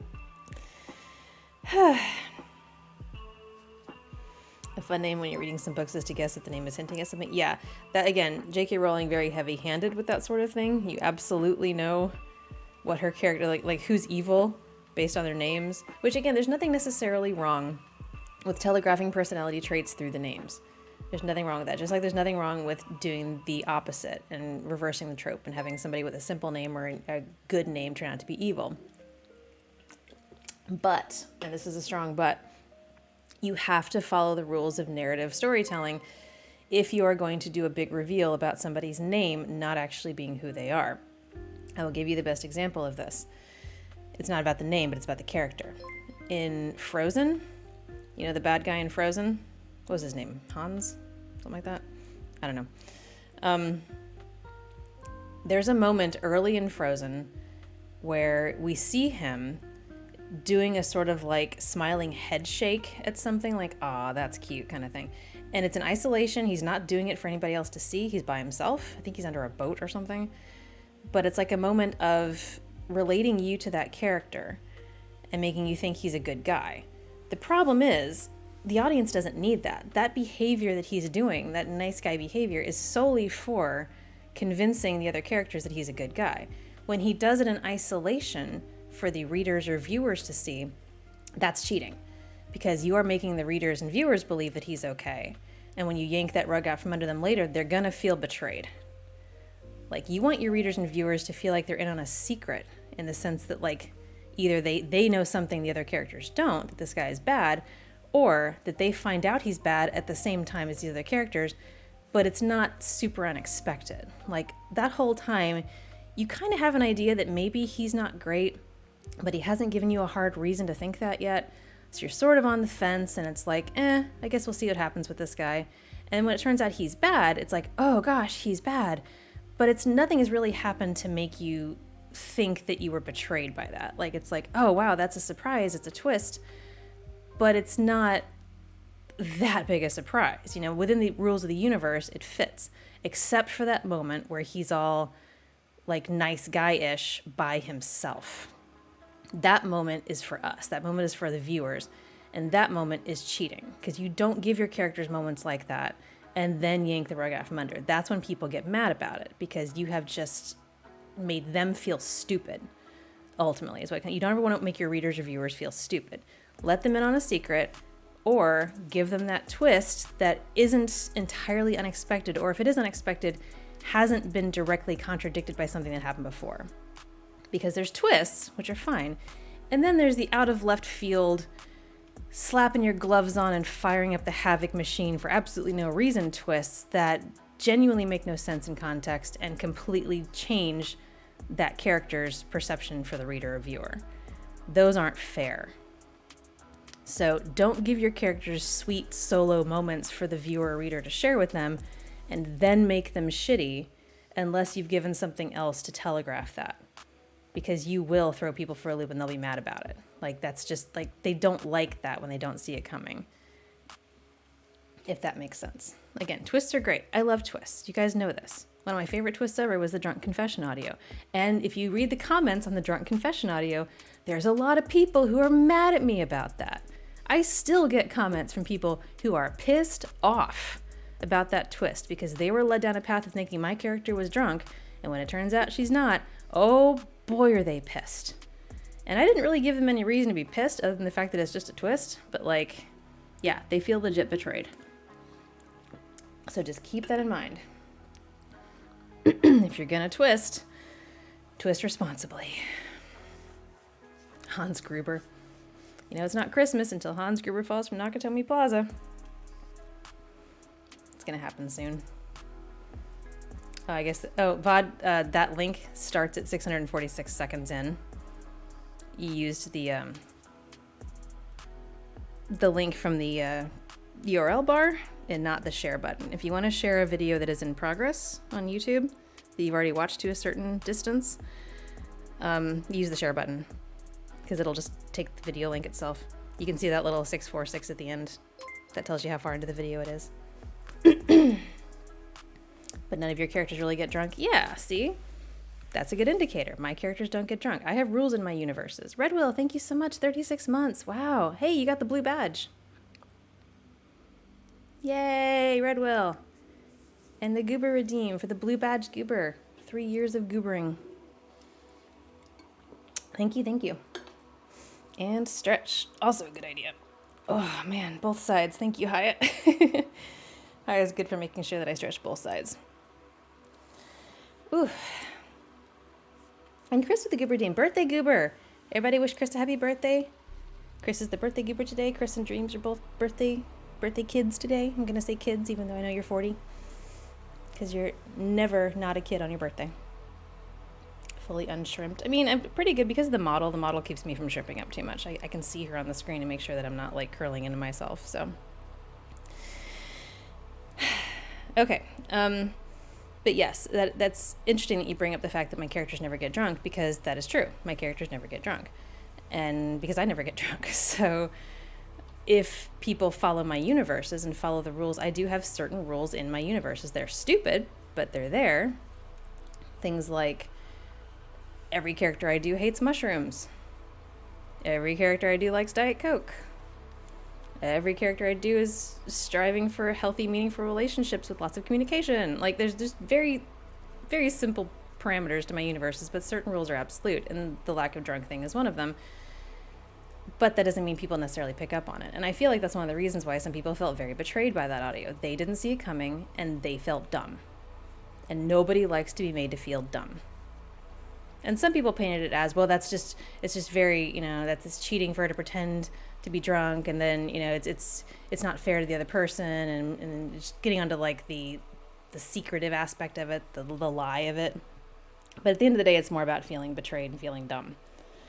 Nobody likes to feel dumb. So again, with twists, be very careful. You don't have to telegraph the whole thing, but also don't give them reasons to get mad at you when you do it. That's the biggest thing. No character I do will eat pineapple on pizza. Yes. It came from a place of good. Exactly. That particular audio, like, I knew going in, because you guys know I'm kind of a hard ass for depicting healthy relationships and healthy communication. I knew going in that was going to be on the fence, because that's not super healthy communication to trick somebody into thinking that you are inebriated when you are not. But it was motivated. You know, it was motivated by two characters who had a difficult time communicating with each other sober, and creating a situation in which it felt like a safe place to communicate, and then admitting that it wasn't that situation, but it is still a safe place to communicate. You know, it's still on the fence, and I get that people get annoyed about it, but it is funny to me how many people get annoyed because they just didn't see it coming. And, like, the visceral reaction that people have to the voice change just cracks me up to this day.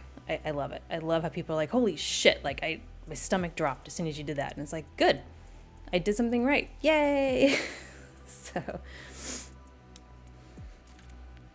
got to add certain absolutes grounding you. I mean, because I do so many of these, I've done nearly 700 audios. over more than 4 years. And if I didn't have parameters for myself, if I didn't have rules for my universes and rules for myself within those universes, I'd go crazy. I couldn't possibly keep track of all of it. So even within the different stories, it can be difficult to keep track of all of it.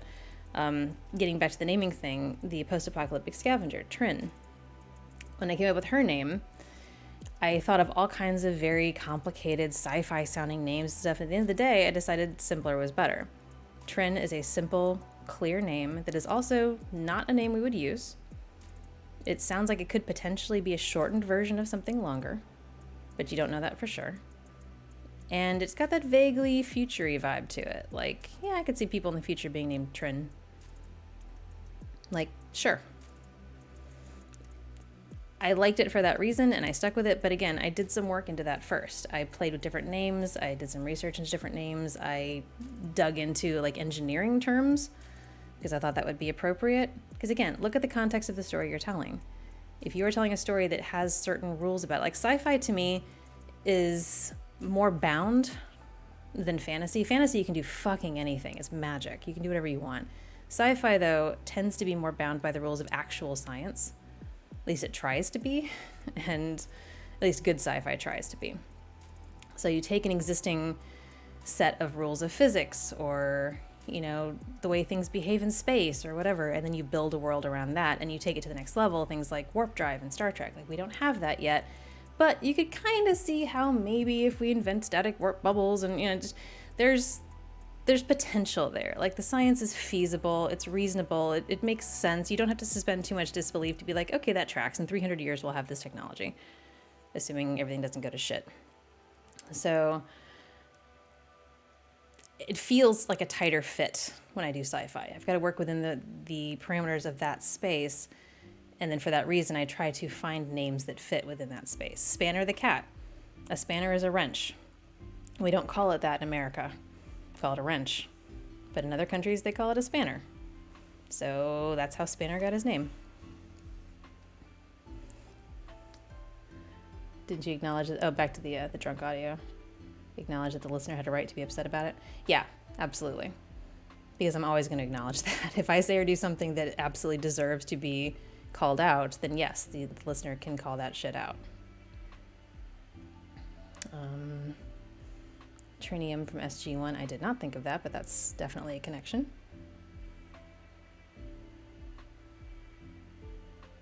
Warp drive on paper, yeah. Yeah, exactly. Yay, Spanner.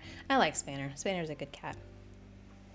But again, it doesn't always have to be complicated. I'm not trying to advocate for you guys to spend hours and hours doing research to name your creations. Like, if you have an idea, if there's a name you love, there's a name you've always loved, go for it. You can do these things. You can make these things work within the space of your world as long as you set the rules and stick to them. Like in the Juniper audios.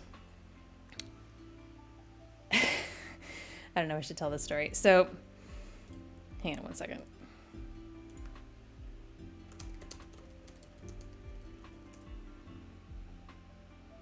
Yeah, just double checking something. Okay.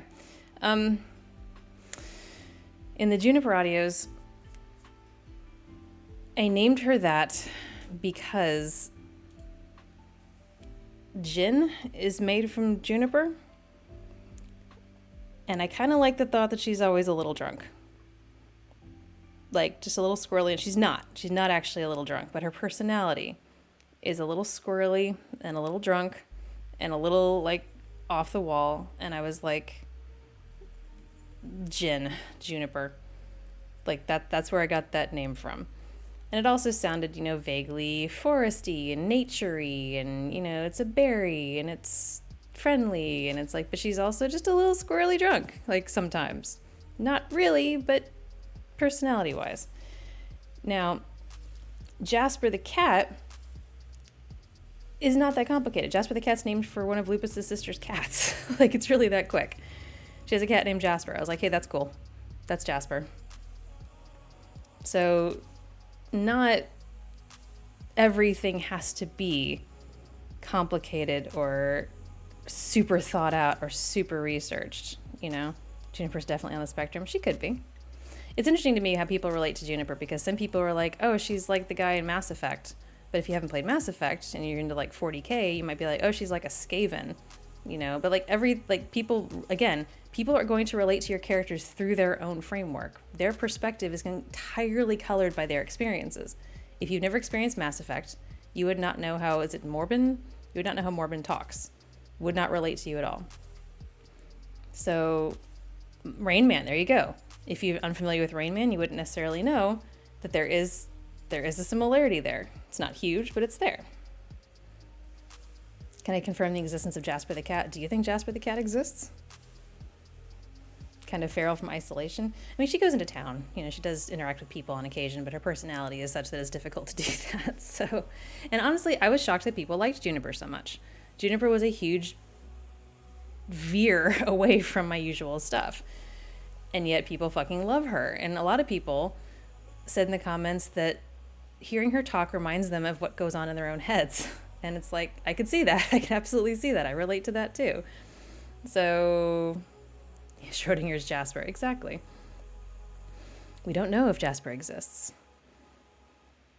But it's fun to me that people just, like, after the first audio, they just assumed. Now, after the second audio, people are starting to think, gradually starting to figure out that so far we haven't heard this cat. Like, Spanner we've heard. Spanner exists. Spanner exists a lot. Spanner, like, plays a key role in a lot of the stuff in the post-apocalyptic scavenger stories. But Jasper, where is that cat? So, anyway, I'm trying to think if there's anything else I wanted to say, because I know we're coming up on 2 hours and I should probably wrap this up. But do you guys have any more questions about naming stuff? I should probably give you guys some time for questions, because I know I've made it kind of complicated. There's a lot of different things you can do, but at the end of the day, as long as you are playing by the own rules of your universe and you're not making it too hard for the reader or the viewer to get in, then you're doing something right. And again, nicknames are great. I've thought before about having characters like with very complicated names, like, oh, her name is Chrysalis, but she just goes by Chris, you know, or his name is Peregrine, like the Falcon, but he just goes by Perry. And it feels kind of Harry Pottery to me, I'll be honest, but like that kind of thing can work if you want it to be, if you want those fun, complicated, like exhausting names, but also keep it playful. That's always an option. Like, you have options. I'm not trying to tell you what to do and not to do, and a lot of this is just stuff that works for me. Your mileage may vary, so keep that in mind. I am not a professor of creative writing. God help me, I would probably not be great at that job. But dragon names have shortened forms. Yeah, and again, things like dragons, that's the implication there, is that you're going to delve into some sort of foreign fantasy sounding name that definitely isn't English, and you can decide how far to go with that. And again, be careful. Like, if you have another language in your world, be careful how sparingly you apply it, because language is, it's like frosting. If you put too much of it on your story is going to get buried. People are going to get so bogged down in the naming and the apostrophes and the lengthy descriptors, and they're just going to lose your story. You're going to completely lose them. So use it sparingly, use it like frosting. If you have a through line for a theme of like naming styles or something that actually connects everything, do that, because it makes it easier for your reader. If you have nicknames, do that. It makes it easier for your reader. And again, you don't necessarily have to explain. If you've got like the Clone Wars, if you've got a bunch of clones that all have nicknames, and clearly some of them are, you know, I got this name from blah, blah, blah. Like, you don't even have to know where they got the name. You can figure it out because their personality is baked into it. Like, that can be fun. Or, like we talked about before, to invert the trope and have somebody be completely different from the name that they walk around with. That's fine too. Just don't do it too much. If everybody in your story has a name that's different from what their, you know, personality is like, then it just gets exhausting and nobody likes that. So, I'm not a professor in creative writing. I am not, no. My degree is in journalism and psychology. I've had some advanced training in communications and graphic design, but not creative writing. That one is entirely on me. So, good night, Greg. Have a good one. All right, so if you guys don't have any more questions, I think I will wrap it there. And yeah, I appreciate you guys so much for hanging out with these. These are, to me, I worry a little bit about these streams. I worry that I'm going to get a little not heavy-handed, but just like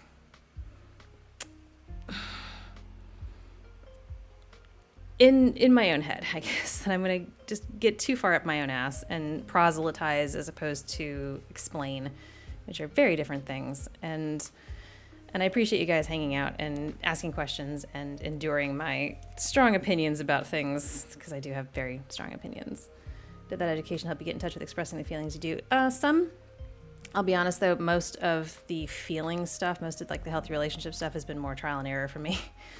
Once you experience bad things, you get really good at figuring out what's good. So, all right, I'm going to send you guys over to Kisu. Kisu's having some VR chat adventures. I should probably do this first. All right, go see Kisu. Kisu's awesome. Give him some love. Keep his chat moving. Tell him I sent you. And yeah, if you have other topics you'd like me to cover in these recasts that are specifically the Telling Tales Weaving Worlds recasts, please let me know. We've got the channel on Discord, Inspiration Point, and you can also just ping me about it. So anyway, on that note, be good. I'll talk to you soon.